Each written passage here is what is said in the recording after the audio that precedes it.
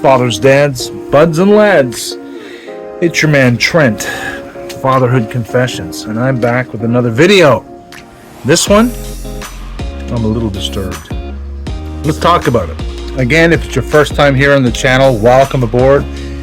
I appreciate you stopping by for a quick visit, and for those who've been following me for quite some time, thank you so much for your loyalty and dedication. If you haven't subscribed already, go ahead right over here, click that subscribe button, like the video, share it, comment the crap out of it if you can. It'll be greatly appreciated. So anyway, without further ado, let's jump into this version of Fatherhood Confession, shall we? Let's go.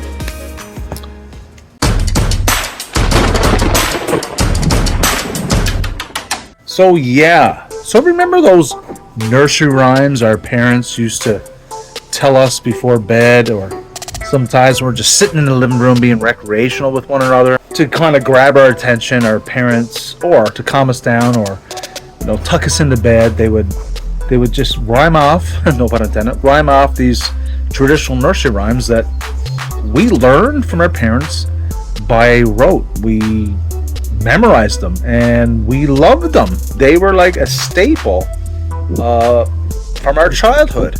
You have nursery rhymes like Three Little Pigs, The Three Blind Mice, Humpty Dumpty sat on a wall. You got favorites like Little Miss Muffet sat on her tuffet, and Baba Black Sheep, have you any wool? We used to cry out as kids, have you any wool? Yes sir, yes sir. These nursery rhymes are just epic. And remember the one, the farmer in the dell and the monkey chased the weasel? I mean, these were just exciting moments in childhood. Like we couldn't wait for our parents to recite these to us. I mean, it just got us, like, as a kid, got us jacked. We were excited about it. And nowhere along the line did we ever think as kids that these were impressionable teaching lessons that were going to somehow alter society. We just thought they were fun little nursery rhymes, little rhymes that got us to go to sleep or distracted us for a few minutes out of our busy day. But my friends, we have an absolute woke issue on our hands in our current reality here in 2023. We have now this is just absolutely crazy, and I just read and just listened to a podcast about it. We now have nursery rhymes, traditional nursery rhymes that we didn't think much about, really, converted into vegan sensitive or culture sensitive nursery rhymes. Can you believe that? Like, it's just unbelievable. Like, where have we gone? This society is just gone so far left that I'm surprised that we all just we haven't tipped over the side and just fell into this endless abyss of confusion and lostness. Like, it is absolutely ridiculous, and it's hitting this dad pretty hard and frustrating. My daughter she hasn't even heard any nursery rhymes, and like, this is just bothering me. Like, it's bothering me, like, strongly. So now, that classic nursery rhyme, Baba Black Sheep, remember how it goes? Baba Black Sheep, have you any wool? Yes sir, yes sir, 3 bags full. One for my master, one for the Dane, one for the little boy that lives down the lane, something of that. Now, of course, when that traditional nursery rhyme was written, of course, the person who wrote it was thinking in racist terms. No, they weren't. Who in the world thinks that the sheep, because this is black, that's some kind of racist connotation? It's absolutely ridiculous. So now the poem is not Baba Black Sheep, it's Baba Sheep. Can I have some wool? And then it says, no sir, that's my wool. So basically the sheep ends up defending itself because it's an animal, and of course there's animal rights involved. And so the sheep basically ends up saying, no, that's my wool, you can't have it. None for the pastor, none for the dame, none for the little boy lives on a lane, because that's my wool. You can handle wool. In this society, these days, we don't shear sheep for wool. You know, who does that? So this is the way they're thinking. But it's a traditional nursery rhyme that's been around for a long time. It's just a little ditty, again, like to capture attention to put yourself to sleep. Or something you do in the car on a long drive to keep a kid's attention. Like that's how we grew up. And now we have these vegan sensationists that are trying to take these away from us. Absolutely ridiculous. Like it's so stupid. A nursery rhyme where the pigs go to the market, right? Now, instead of one piggy was eating roast beef, no, it's roast beets, because you can't have beef because we have vegan sensitive people out there. Like I even heard somebody who's a vegan thought that was so stupid, that was over the top. Like, so we're changing a nursery rhyme, and this little nursery rhyme where the three pigs go to the market and the one has roast beef, we've changed it to roasted beets? Really? Stay in your own lane.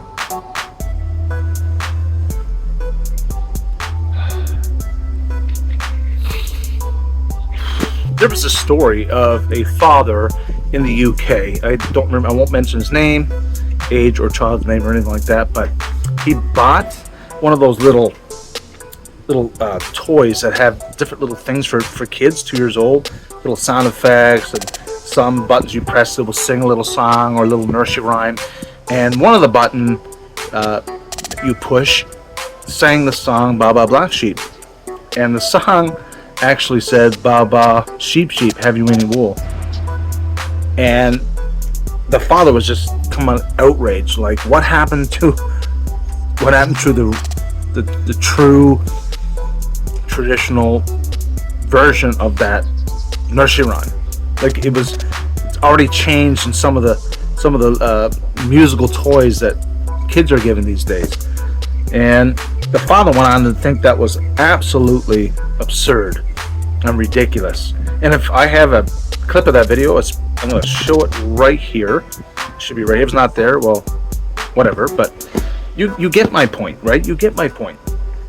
We're so far left now that even nursery rhymes become a threat to vegans because it deals with animal cruelty. Nope. I got a robin up here. Mama Robin's feeding her 3 little robin babies. See, that's traditionalism right there. Raw, real. Do we have to tell a robin a different way to feed their babies? You know, maybe we should treat something that is organic and that has instinct to do something different. Do it a different way. No, just natural. I don't know where that came from, but I just sounded off. What's another nursery rhyme? Oh, Little Miss Muffet sat on her tuffet. It's no longer Courage and Whey now. It's she sat on her tuffet watching the bluebirds play. And a spider, here comes a spider, sat down beside her. And no, it's not frightened Miss Muffet away. The spider brightened Miss Muffet's day. So now we can't even share a frightening moment with kids in a nursery rhyme because we're so sensitive it might hurt their feelings or something. Are you kidding me? I don't know about you, but any child hates spiders. Do you know of any spiders that sat down beside anybody and they weren't afraid or scared? Like, think about logically, like logic thinking here. That's all it's required. Not a high school diploma or a post-secondary education certificate or diploma or BA or whatever. Logic. That's all that's needed. So Miss Muffet now can't eat curds and whey.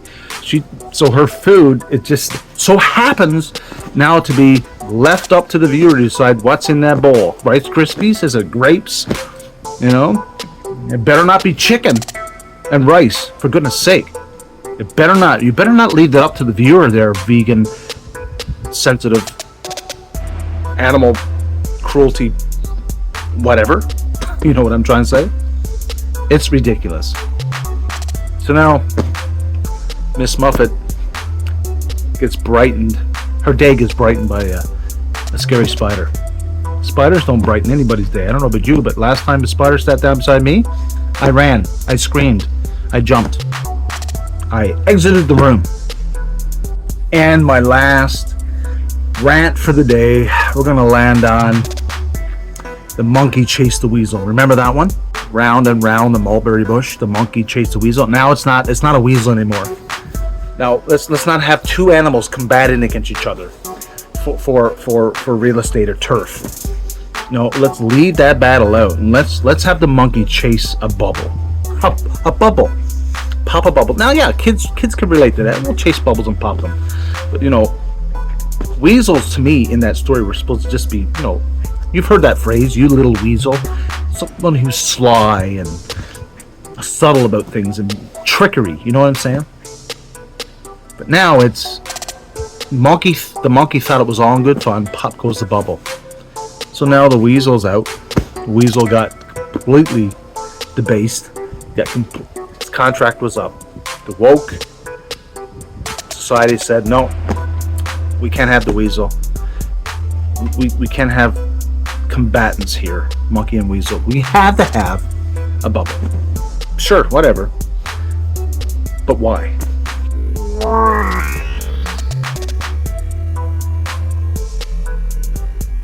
Because in the poem it says the monkey thought it was all good fun. It's not even really like the monkey and weasel were going at it, throwing lefts and rights and climbing each other's back and rolling over, just gouging each other's eyes out. It wasn't like that. It was all in good fun. The Nursery Rhymes says it right there. It's all in good fun. What fun are we having now? Huh? What fun are we having now with all our traditional Nursery Rhymes out the window?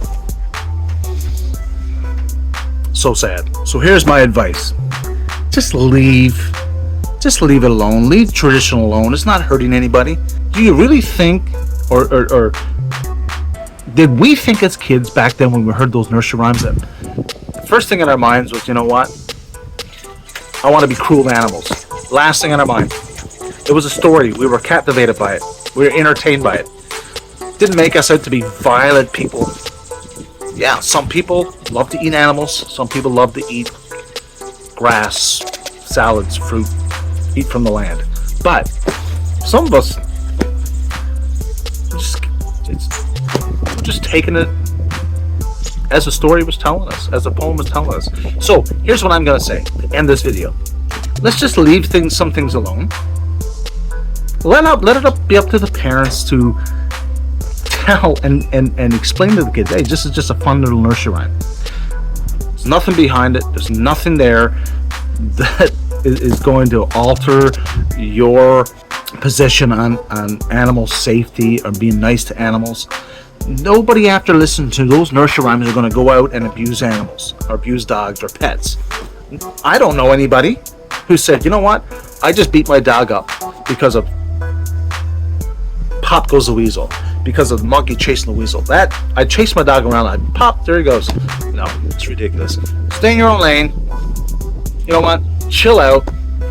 Realize that a lot of this is all in good fun. Let it up to the parents to differentiate and explain, and stop changing good traditional nursery rhymes just to feed your your paranoia. I don't know. I could be wrong, guys. I've been criticized before. That's okay. Tell me what you think in the comments. Thanks for joining me for this short video this beautiful sunny afternoon on my nice patio. And like I always say, keep focused, stay safe. We'll catch you on the flippity. See you later. I gotta shake my head, man. This is crazy.